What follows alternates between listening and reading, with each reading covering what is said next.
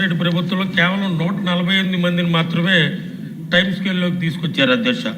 ఇంకా ఆ రోజు రాజకీయ దురుద్దేశంతో 2023 మందిని మినిమం టైం స్కేల్లోకి తీసుకురాలేదు అధ్యక్ష.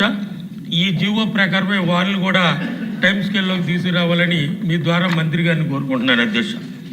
అలాగే డైలీ వేజ్ ఎంప్లాయీస్ ఉన్నారు అధ్యక్ష.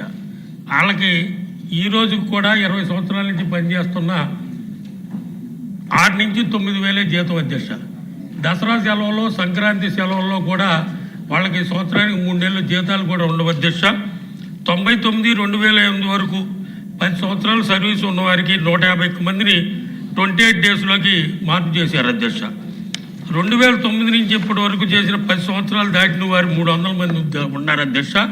దయచేసి వారిని 28 డేస్లోకి తీసుకురావాలని మీ ద్వారా కోరుకుంటున్నాను అధ్యక్ష. అదే రకంగా టైం స్కేల్లో ఉన్న వారిని రెగ్యులరైజ్ చేయాలని మీ ద్వారా మంత్రి గారిని కోరుకుంటున్నారు అధ్యక్ష.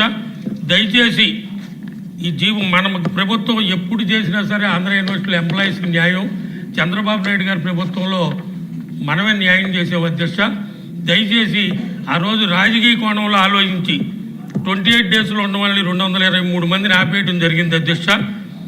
వాళ్ళని మినిమం టైం స్కేల్లోకి తీసుకురావాలని మీ ద్వారా మంత్రి గారిని కోరుకుంటూ, అలాగే డైలీ వేజ్ ఎంప్లాయీస్కి కానీ 28 డేస్ ఎంప్లాయీస్కి కానీ టైం స్కేల్ ఎంప్లాయీస్కి న్యాయం చేయాలని మీ ద్వారా మంత్రి గారిని కోరుకుంటున్నాను అధ్యక్ష. చంద్రబాబు గారు.